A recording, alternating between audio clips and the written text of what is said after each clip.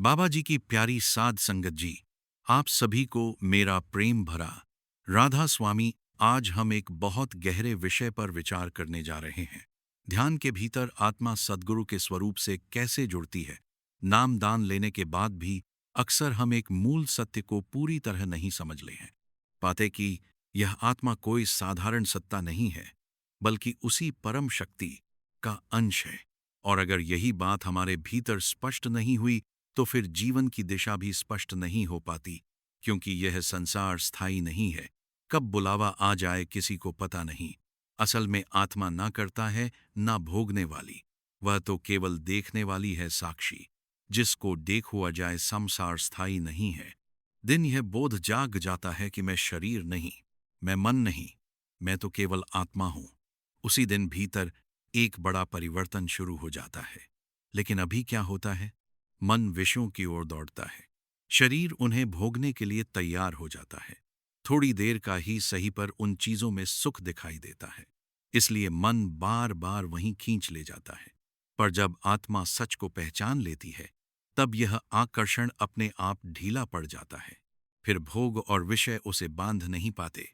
आत्मा दूरी बना लेती है और मन की पकड़ कमजोर हो जाती है।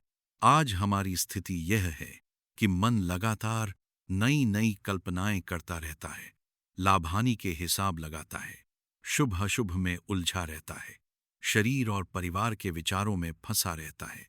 और हैरानी की बात यह है कि नाम दान मिलने के बाद भी संसार हमें मीठा लगता है। तो इसका सीधा सा अर्थ है, अभी आत्मज्ञान पूरी तरह जागा नहीं है। यही सच्चाई है। हम अभी भी अज्ञान की अवस्था में हैं, क्योंकि मन शरीर के सहारे विषय विकारों में खेलता रहता है। शरीर ही उसका माध्यम बन जाता है और मन उसी रास्ते अपनी चालें चलता रहता है। जब तक यह समझ भीतर से नहीं आती कि मैं आत्मा हूं, तब तक यह पकड़ बनी रहती है। अब जरा इस मन की असलियत को समझिए। अपने आप में मन के पास कोई शक्ति नहीं होती। वह तो जड़ है, निर्जीव है। लेकिन जैसे ही उसे शरीर का सहारा मिल जाता है, वही मन विषय विकारों में उलझ जाता है और फिर उन्हीं विषयों के बारे में सोचता रहता है। जब उन विषयों को भोगता है तो पल भर का सुख अनुभव होता है, लेकिन वही विषय आगे चलकर जब रोग और परेशानी बन जाते हैं, तब यही मन दुख की वजह बन जाता है। असल बात यह है कि जब हम मन के कहने पर कर्म करते हैं, उस समय तो हमें अच्छा लगता है, पर उन्हीं कर्मों का फल जब सामने आता है, तब हम टूट जाते हैं और अपनी हालत का दोष दूसरों पर डालने लगते हैं। मन खुद कुछ नहीं है, मगर शरीर का साथ मिलते ही वह ताकतवर दिखाई देने लगता है। नामदान मिलने के बाद जो साधक सच्चे भाव से भक्ति करता है, उसकी चेतना धीरे धीरे आत्मा की ओर मुड़ने लगती है और वह नाम के रंग में रंग जाता है। फिर उसे भीतर से यह अनुभव होने लगता है कि मैं यह शरीर नहीं हूं, मैं यह मन नहीं हूं, मैं तो वही शुद्ध आत्मा हूं। यह समझ उन्हीं जीव आत्माओं में जागती है जिन्हें नामदान के बाद वास्तविक ज्ञान प्राप्त हो जाता है। तब उन्हें इस संसार की सच्चाई भी दिखाई देने लगती है और अपनी सच्चाई भी साफ समझ में आने लगती है कि मैं एक ज्योति स्वरूप आत्मा हूं। मैं श्वास नहीं हूं, बल्कि श्वास को देखने वाली सत्ता हूं और जन्म मरण से परे हूं। तब मनुष्य के भीतर कर्ता और अकर्ता का भाव बदलने लगता है और आत्मा यह जान लेती है कि मैं करने वाली नहीं हूं, मैं तो केवल साक्षी हूं। जो कुछ यह मनुष्य करता है, मैं उसे बस देखती हूं। मैं आत्मा हूं, इसलिए विषयों में नहीं उलझती। मैं सद्गुरु के नाम को ही सत्य मानकर उसी से अपने आप को जोड़कर रखती हूं।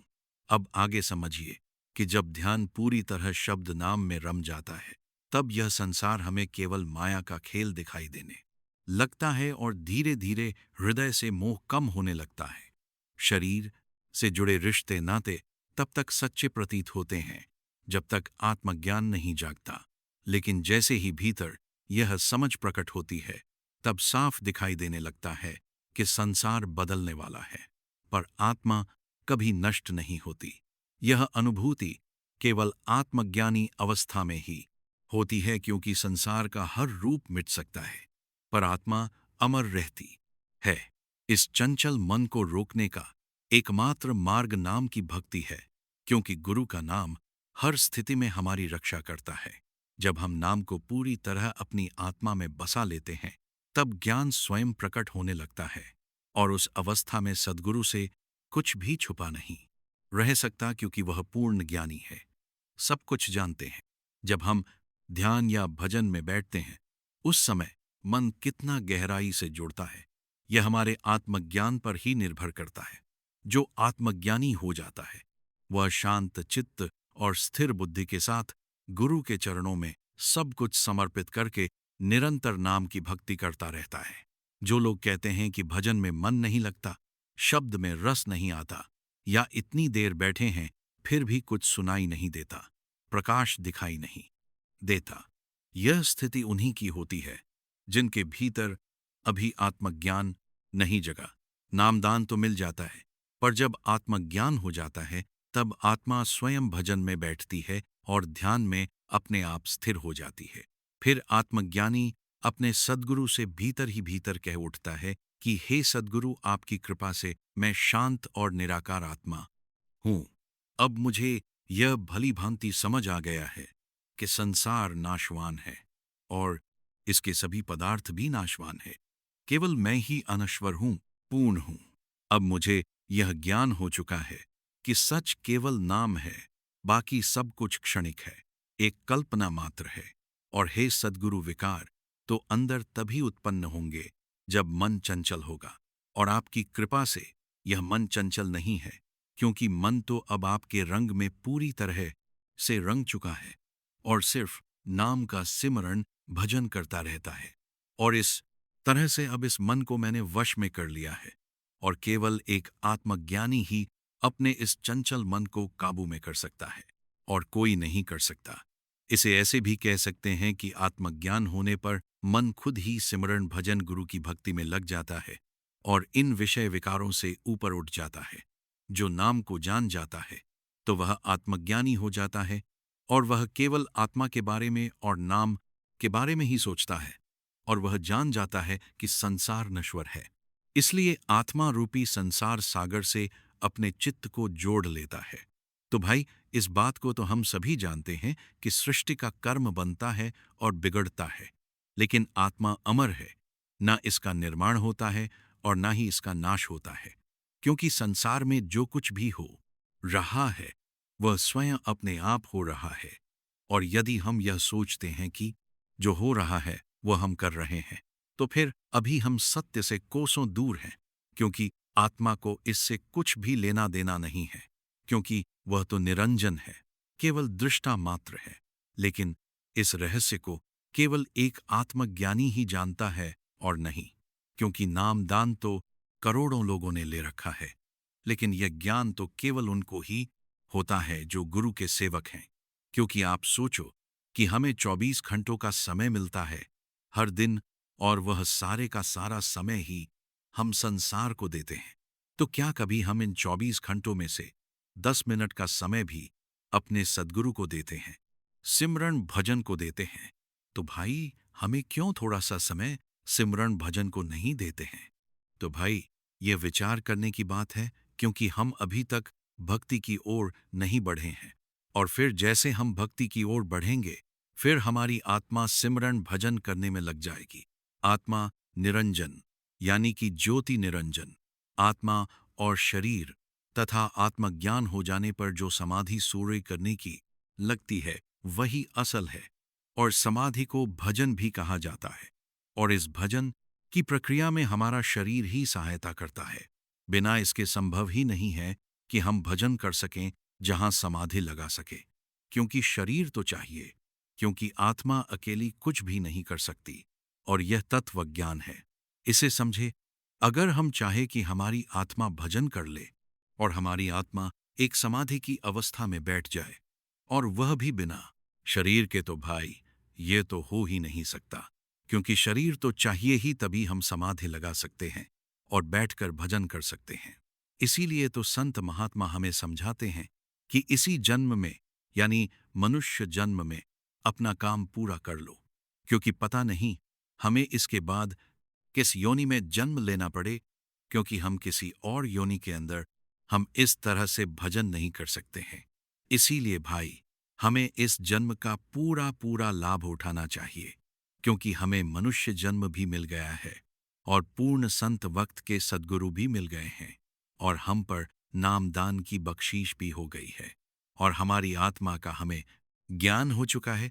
तो फिर क्यों नहीं हम गुरु भक्ति करते हैं और क्यों नहीं हम भजन में बैठते हैं, समाधि में बैठते हैं।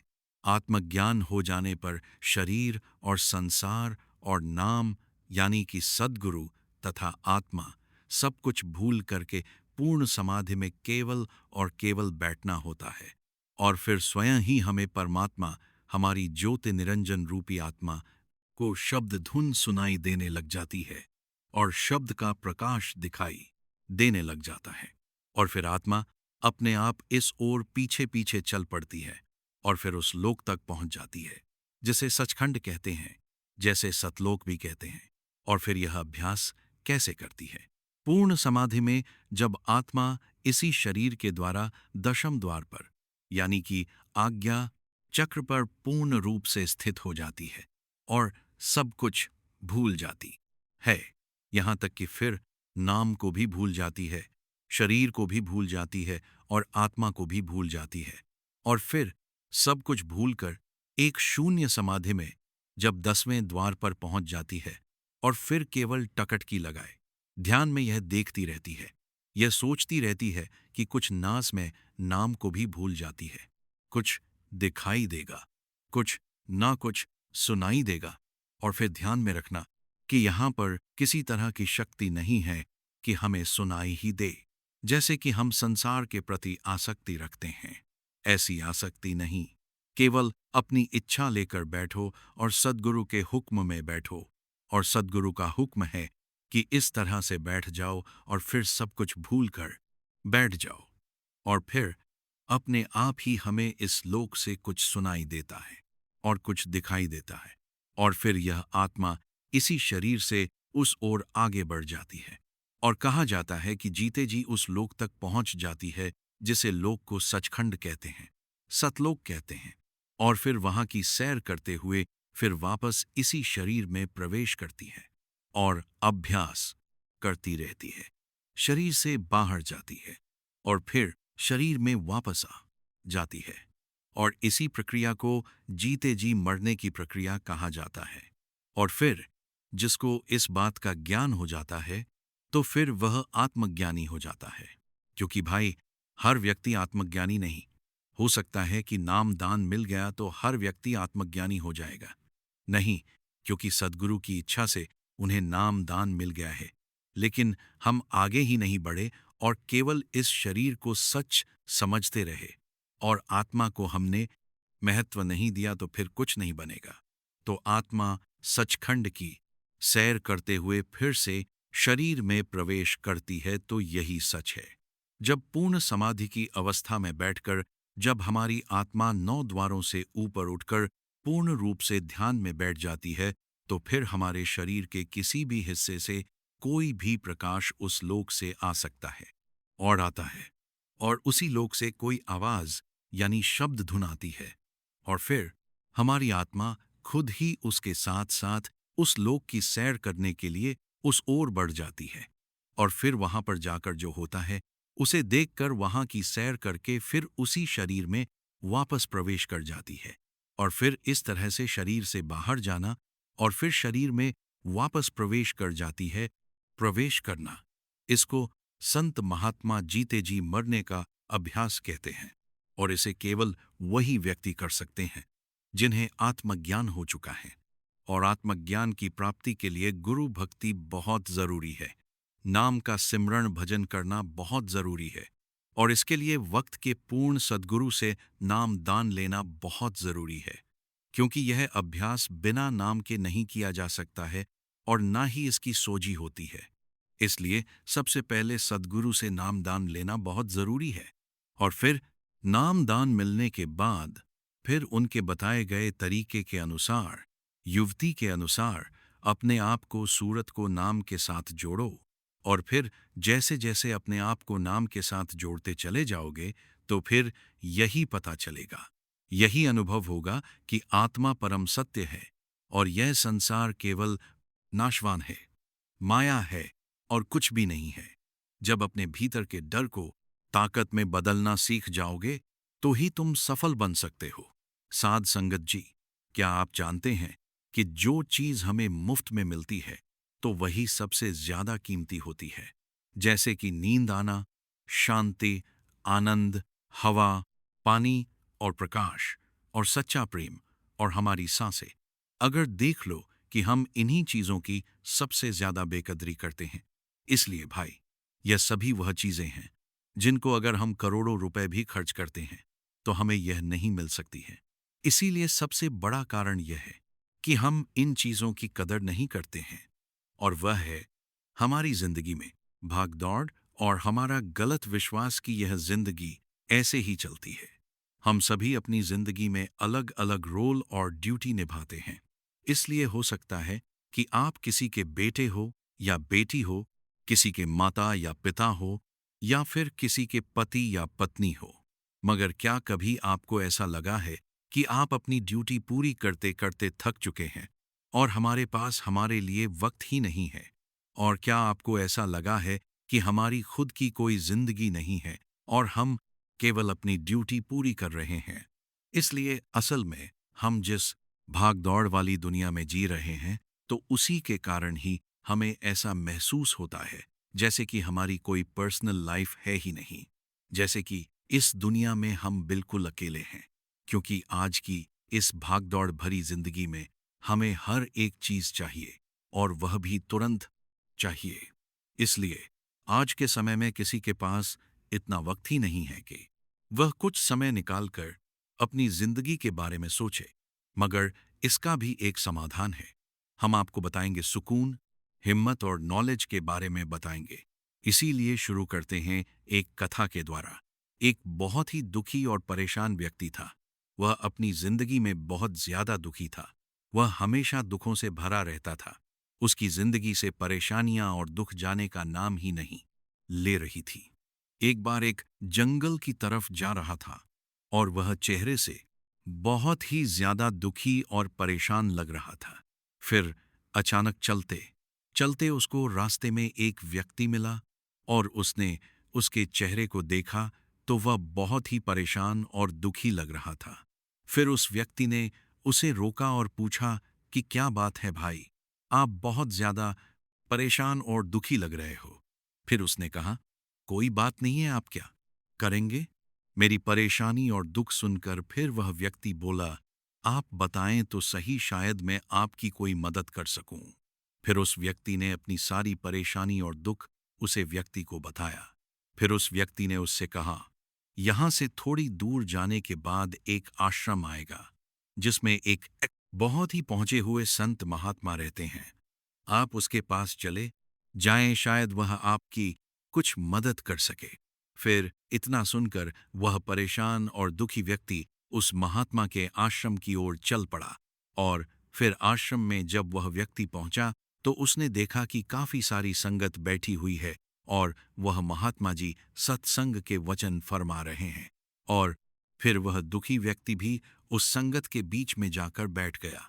और फिर जब सत्संग की समाप्ति हुई, तो फिर वह दुखी व्यक्ति उस महात्मा जी से मिलने के लिए उनके पास पहुंच गया और उनको प्रणाम किया, और मन भर के महात्मा जी से कहने लगा कि हे संत महात्मा जी, मैं बहुत ही दुखी और परेशान रहता हूं। इसलिए कृपा करके मुझे मेरे बहुत महात्मा जी से कहने लगा दुखों को दूर करने का और इस परेशानी से बाहर निकालने का कोई उपाय बताएं। फिर उस व्यक्ति की बात सुनकर महात्मा जी बोले कि तुम्हें क्या लगता है, तुम्हारे दुखों और परेशानियों के लिए कौन जिम्मेदार है? फिर वह व्यक्ति बोला कि यह दुनिया, यह समाज, यह लोग, मेरा परिवार और मेरी परिस्थितियां। और फिर उस व्यक्ति की यह बातें सुनकर महात्मा मुस्कुराने लगे और फिर बोले कि जब तुम उदास होते हो या फिर खुश होते हो, तो फिर तुम्हें क्या लगता है कि यह दुनिया तुम्हारी खुशी और उदासी की जिम्मेदार है? इसलिए अगर तुम ऐसा सोचते हो, तो फिर तुम ये बिल्कुल ही गलत सोच रहे हो। क्योंकि असल में यह तुम्हारे खुद पर निर्भर करता है कि तुम दुनिया को किस नजरिए से देखते हो। क्योंकि इस दुनिया ने हमें गरीबी और दुख नहीं दिए, बल्कि जो हम इस दुनिया से जानकारी प्राप्त करते हैं, तो उसी से हमारी मानसिक अवस्था निर्धारित होती है कि हम कैसा महसूस करेंगे। क्योंकि असल में हम इंसानों का दिमाग बना ही ऐसा है कि इसके अंदर नकारात्मक विचार पहले आते हैं। मतलब कि इंसान का स्वभाव ही ऐसा होता है कि वह सकारात्मक से पहले नकारात्मक बातें पहले सोचता है। और सच्चाई तो यह है कि हमें अपने जीवन के अंदर खुशी के पल ढूंढने पड़ते हैं। इसलिए हमें खुद को ऐसा तैयार करना पड़ेगा कि हम हर पल, हर स्थिति में खुश रह सके। क्योंकि खुशी किसी मौके की मोहताज नहीं है, और ये हमारे ऊपर ही निर्भर करता है कि हम खुश रहना चाहते हैं या दुखी रहना चाहते हैं। इसलिए आप जो देखते हो तो वह दिखाता है कि आप कौन हैं। मतलब कि हमारा नजरिया हमारे व्यक्तित्व और हमारी सोच पर निर्भर करता है। जैसे कि मान लो हम नकारात्मक हैं, तो फिर इस दुनिया की हर एक चीज भी हमें नकारात्मक ही लगेगी। और अगर हम सकारात्मक हैं, तो फिर हर एक चीज को हम सकारात्मक नजर से देखेंगे। जैसे कि एक सच्चा अभ्यासी है जो कि सतगुरु नाम का दिन रात सुमिरन भजन करता है। दुनिया तुम्हारे लिए एक खुशहाल जगह है, और अगर तुम उदास हो तो फिर यह तुम्हें चारों तरफ उदासी ही नजर आएगी। मतलब कि यह सब कुछ तुम्हारे नजरिए पर निर्भर करता है, और लोग एक ही स्थिति पर अलग अलग तरह की प्रतिक्रिया देते हैं, और फिर यह प्रतिक्रियाएं उनके मन को शांति भी दे सकती हैं और सर दर्द भी दे सकती हैं। अब मान लो कि जैसे किसी का दिन बुरा जाता है, तो फिर वह हर चीज को और हर घटना को उसी के साथ जोड़कर देखता है। मगर यह सोच गलत है। इसलिए लोगों को सोचना चाहिए कि यह सब वह गुस्से में सोच रहे हैं, और गुस्सा एक केवल थोड़े समय तक रहने वाली भावना है।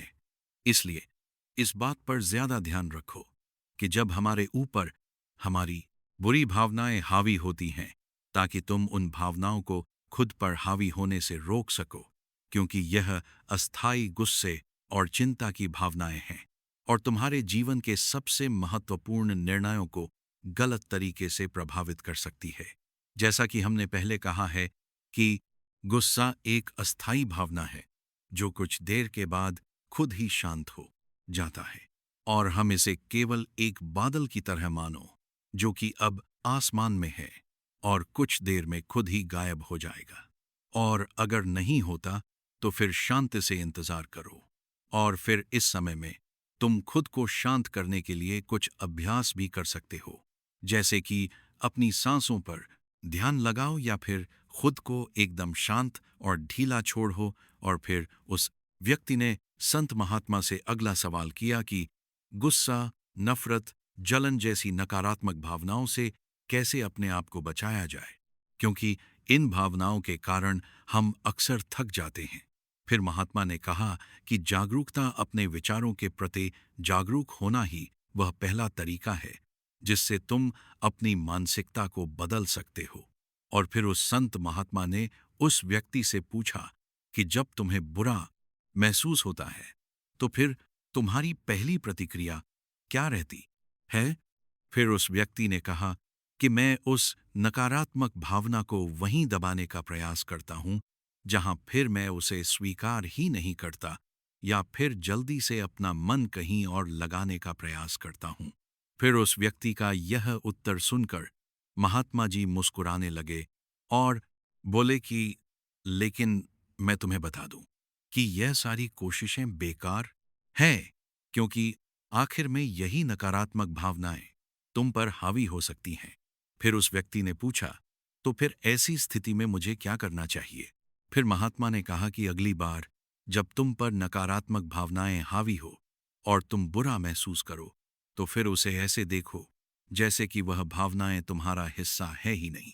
अब जैसे कोई पैदल चलता हुआ इंसान राह चलते हुए दूसरे इंसान को देखता है, मान लेना कि ये तुम्हारा हिस्सा है ही नहीं, तो फिर यह तुम्हें कैसे परेशान कर सकती है।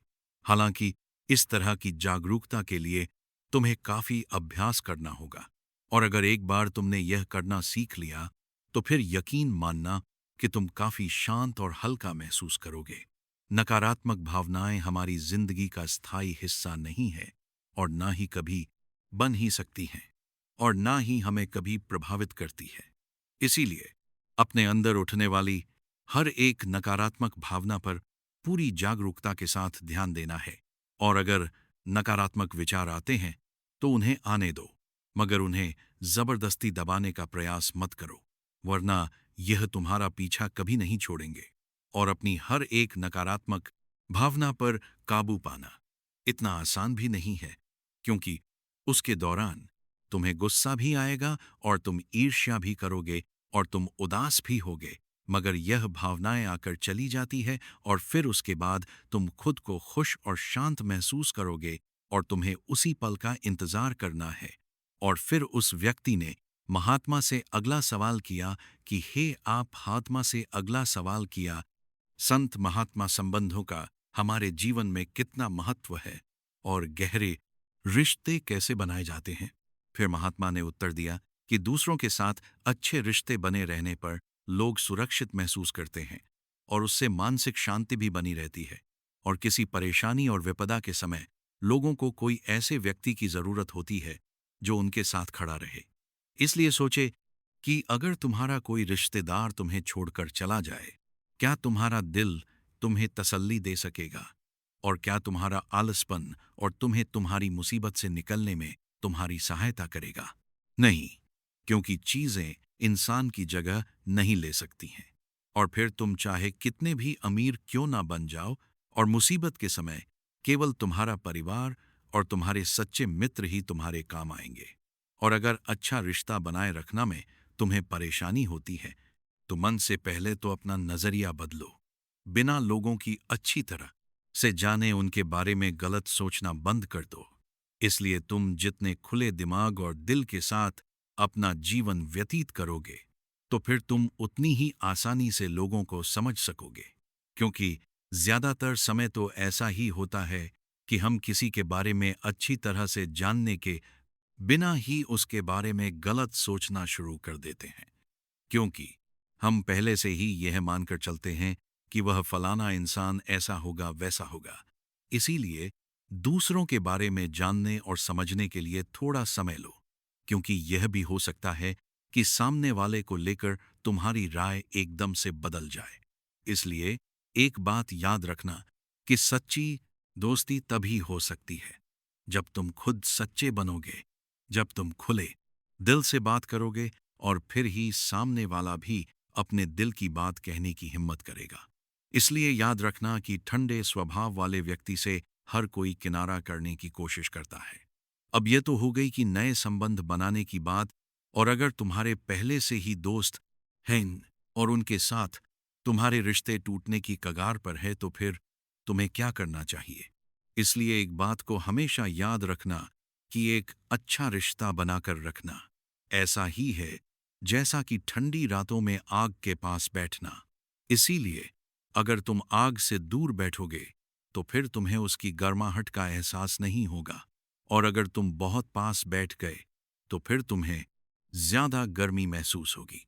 और ठीक इसी तरह जब किसी रिश्ते में करीबियां ज्यादा बन जाती हैं तो अक्सर ही बोरियत होने लगती है।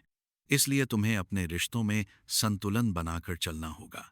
बेशक अपने रिश्ते में मजबूती लाओ, मगर इतनी करीबी मत लाओ कि सामने वाले को घुटन महसूस होने लग जाए। रिश्तों में भी थोड़ी बड़ी करीबी मत लाओ, दूरियां होनी चाहिए, जिससे कि तुम्हारा तुम्हारे दोस्तों और करीबी लोगों के साथ एक मजबूत रिश्ता हमेशा बना रहे।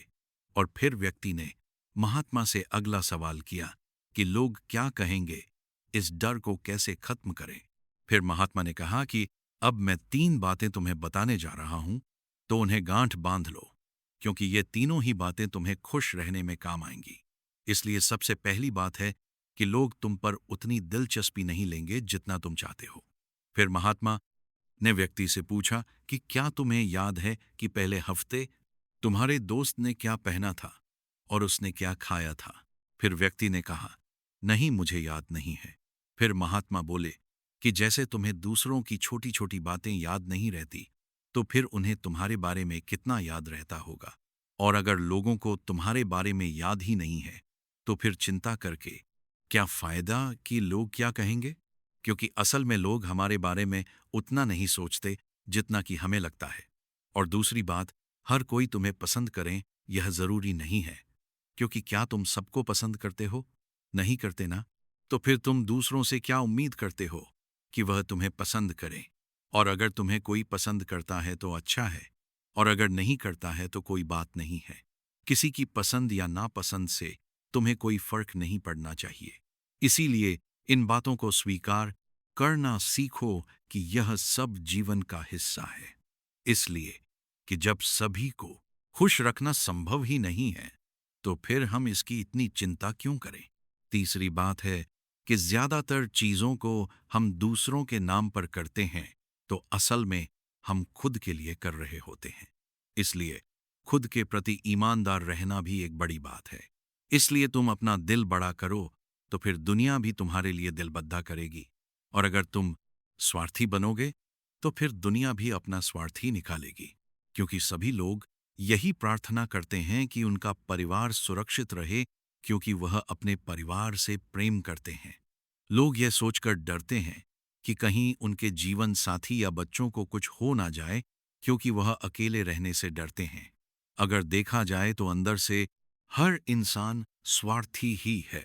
जबकि कोई पूर्ण संत सद्गुरु की शरण में चला जाए और उनके हुक्म में रहे, परमात्मा की भक्ति करें, नाम की कमाई करें, तो इनके बिना तो स्वार्थ से छुटकारा पाना मुश्किल है।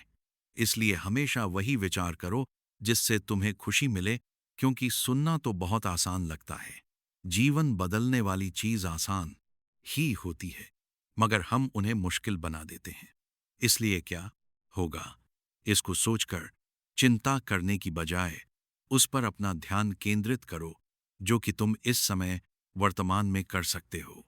फिर महात्मा ने आगे कहा कि हिंदू धर्म में लोग एक सिद्धांत को मानते हैं, जिसे कहते हैं कर्म का सिद्धांत। यह सिद्धांत कहता है, जैसा करोगे वैसा ही भरोगे।